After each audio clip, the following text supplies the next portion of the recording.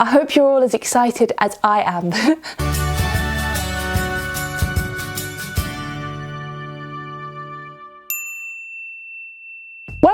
Welcome back to another wonderful alopecia vlog. Yeah! I'm so excited to be talking about my Freedom Vacuum wig. So what I'm going to do is I'm going to take you through my whole process with Freedom wigs and what the experience was like and the finished product. So let's get going.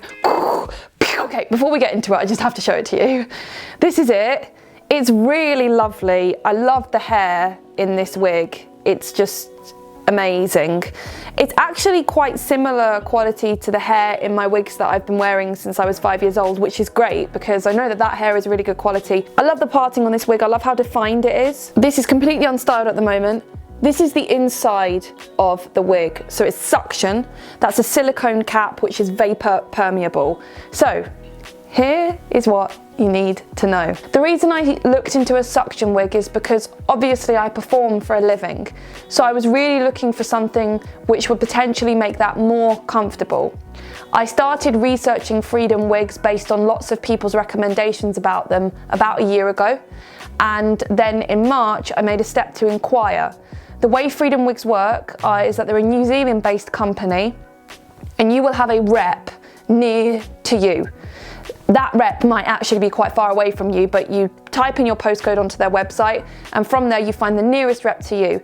That rep for me was a lady named Karen, who is my independent agent. In March, I had my first consultation on the phone, which Karen took from Mount Tady. Really, really nice that she took my call while she was on holiday and talked me through what it was like to have a suction wig and talked me through the next stages. So I set up a consultation with Karen. She came to see me in March and she talked to me through the process and what I could expect. First consultation begins. Now, me being me, obviously, meant that I then took a month to place the order, and that was because I was doing more and more research into the product, really making sure that I wanted to make the leap.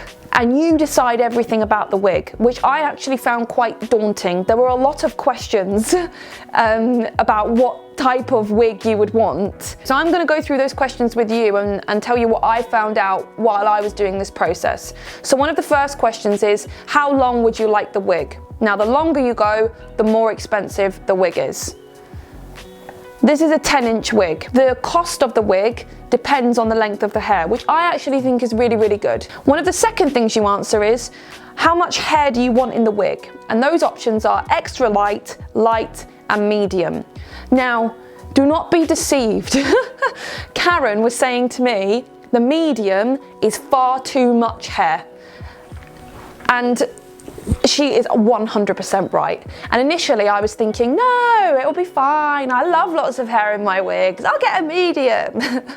But then I did more and more research and more people were saying to me, you need to make sure it's not medium. It needs to be light or extra light, but don't get medium put into the wig because it's just too much hair. Now I went for light. And as you can see, I mean, there's a lot of hair in that wig, even though it's light, and I just think that the quality is really, really good. One of the next questions is what type of hair you would like, what type of curls. So you can pick extra curly, curly, movement, straight. There's lots of different options and they show you a picture in the booklet of what each type of hair looks like. Now, originally I went for wavy, but then James made the excellent point, which I ridiculously didn't realise, that I am always straightening my wigs. So he was saying, why not just put straight hair in the wig? And I like a bit of oomph and a bit of volume. So in the end, I went for a straight / movement mix of hair. And this is the result. Now, when Karen brought this round today, she mentioned that at the moment, this is slightly straighter than it normally would be. And when I wash it for the first time, it will have more movement in it. So that is a mixture of straight and movement in the wig, just for your reference. Now, they do give you lots of details about the different types of hair that you can put into the wig and what that would mean for the care of the wig as well. You actually select your hair colour. So Karen brought round a big key ring that had loads and loads of numbers on it, and from those numbers were hair samples. So I was able to take the hair sample into the light, look at it, and then you can also get a mix of hair. So I think I got a 4 and a 6, and I think this is more of the darker colour. I don't remember which one of them was darker, but this is more of the darker colour, which was just great. And I'm really happy with the colour of this wig. I'm really, really pleased with it, and I think that it suits my complexion and it suits me. So that's something else that you pick. You decide the hair sample, and again, your independent agent will help you with that, like Karen helped me. You also decide to do with the hair placement into the silicone cap. So a question that you'll get asked is, would you like flat or would you like lift? And that is lift on the top of the wig, lift on the fringe of the wig, and lift around the sides of the wig, I believe. And I didn't know what that meant or what to go for. And I was thinking, well, how flat is flat? When you say flat, is it really flat? When you say lift, is it going to be sticking out? I wasn't 100% sure, but Karen had a wig that had lift in it, and I really liked that it was a bit more voluminous, so I went for that. I decided I'm going to go for lift, and that is what Karen had, and I really like the look of hers, so I thought that I would just base it on that. So that's another question that you get asked. The next thing that you get asked is, would you like a fine or a thick fringe? Which again was quite difficult to answer because I didn't know what it was going to look like, but this is a fine fringe. That is a fine fringe. So that is the initial setup and appointment. Karen came to me, which was great of her. She came into my home, and after the initial appointment, I went away and I did some more research, and I went online and I looked at pictures of Freedom wigs, and one of the ladies that I came across was actually a representative for the company, so I really loved her wig, and I said, can I ask what type of wig has she got? Can you give me everything about her wig? So what type of hair she had in it, whether it was straight or movement, if she had lift or if it was flat, what density her hair was. And I got sent all of that in an email, and I said, I want to model my wig on what that wig looks like. I want everything the same as that wig. So then I re-updated my order, and I was really pleased that I'd done that research, because that is absolutely key to getting a good quality product. And again, Karen was saying to me, the more research you do, the more satisfied you'll be, because it really is bespoke and custom, and you pick everything. So in order to pick it, you need to have a good idea about what exactly it is you're picking. So go away, do research, message loads of people that have got a Freedom wig. They're usually very, very happy to help. Ask them what they had, look at the pictures, see if you like it, and say, what did you get? And really go from there. In April, I placed the order. And what happens from there is that your order goes off to New Zealand. Now, also in the first appointment, Karen scanned my head, and that is done with a 3D scanner. And it was really bizarre to see my head in 3D on a monitor, and it is literally scanned. I was really, really just surprised by the way the technology worked, and that is how they then take that scan of your head and then they make a fit cap based on that scan. After that, Karen went away, she processed my order, then your fit cap gets made. That comes made of plastic. This is my third fit cap. Let me explain. The first fit cap came, I personally felt like it was far too big. Karen actually came around for the first fit cap fitting. What basically happens is you receive your fit cap and then you mark on it areas that you would like to be taken in. First fit cap was just too big, so we shaved a lot of that off.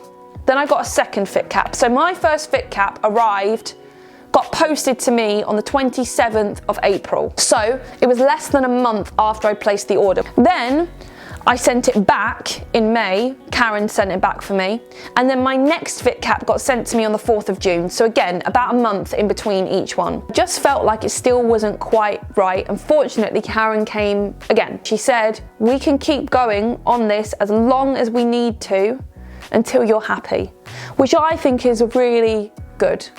Because When you are spending a lot of money on a product, no matter what type of place you are in with hair loss, the fact that you can keep going until you're happy and that's all part of the price is a good service. We sent the second fit cap back again, and then this one arrived. And initially, when I put it on, I was thinking, oh no, it's still not right. But one of the things about Freedom wigs, which I've learned actually, because I've only been wearing this for a day as well, is that if you don't get the cap in exactly the right position, it won't suction on as securely as it should. So this is my third and final fit cap. Then today is the 6th of October. The wig arrived. So Karen came with the wig. We tried it on together for the first time, which was great. So have it upside down, get all the hair out from in the middle. Yeah.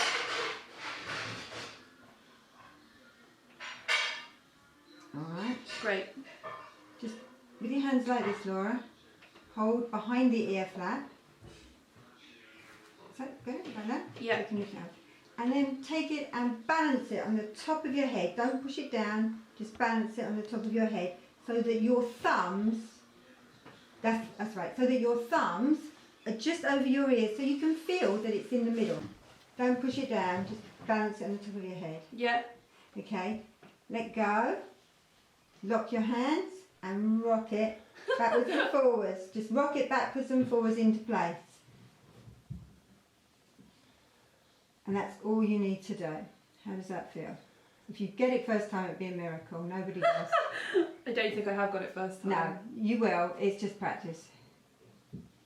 Right. So if you feel that it's not right, actually probably do it. I should have brought a clip with me. I think, oh, I've got one in my Just way. so that this is the thing, it hasn't got a fringe or anything. Just so that it grips it out of your, just out of your face. So let me do it for you. Actually, you know what, Laura? Not bad.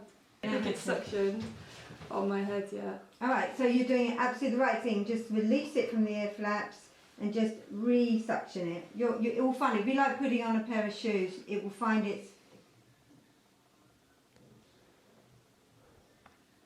Oh, that might be there. This wig feels completely different to my other wigs. At this point in the process, because I'm only one day in, I can't say which one I prefer. I definitely think that this wig, the vacuum wig, could provide me with something slightly different, which is the ability to tie it up into a ponytail, providing I get the right cut put into it. And therefore, hopefully that will make performing easier, which is the reason why I bought this wig, because performing in my other wig when I'm wearing tape is quite hard because it peels up at the side. Now, this is the inside of my silicone cap. They say that these parts are obviously going over the ears. These are my ear flaps, and those need to be bent in slightly till it's a C shape. And then you aim to put it onto your head. Aim. Now it's only day one, so I'm still getting used to it. I did wear it for most of the day today, so hopefully over time it will be something that I get used to. Eventually it'll just be like getting up and you get up, you get dressed, you put your wig on, and that's how it is with my other wigs. I'm assuming it wasn't always like that. I had to get used to them. This will be the same. So the way that you put it on, and please do not take this as golden because like I said, I'm a newbie. I spray the inside with a little bit of water, and this is because I'm a new Freedom wig wearer. So it says that I may find it slightly easier to put the wig on if the inside is moist.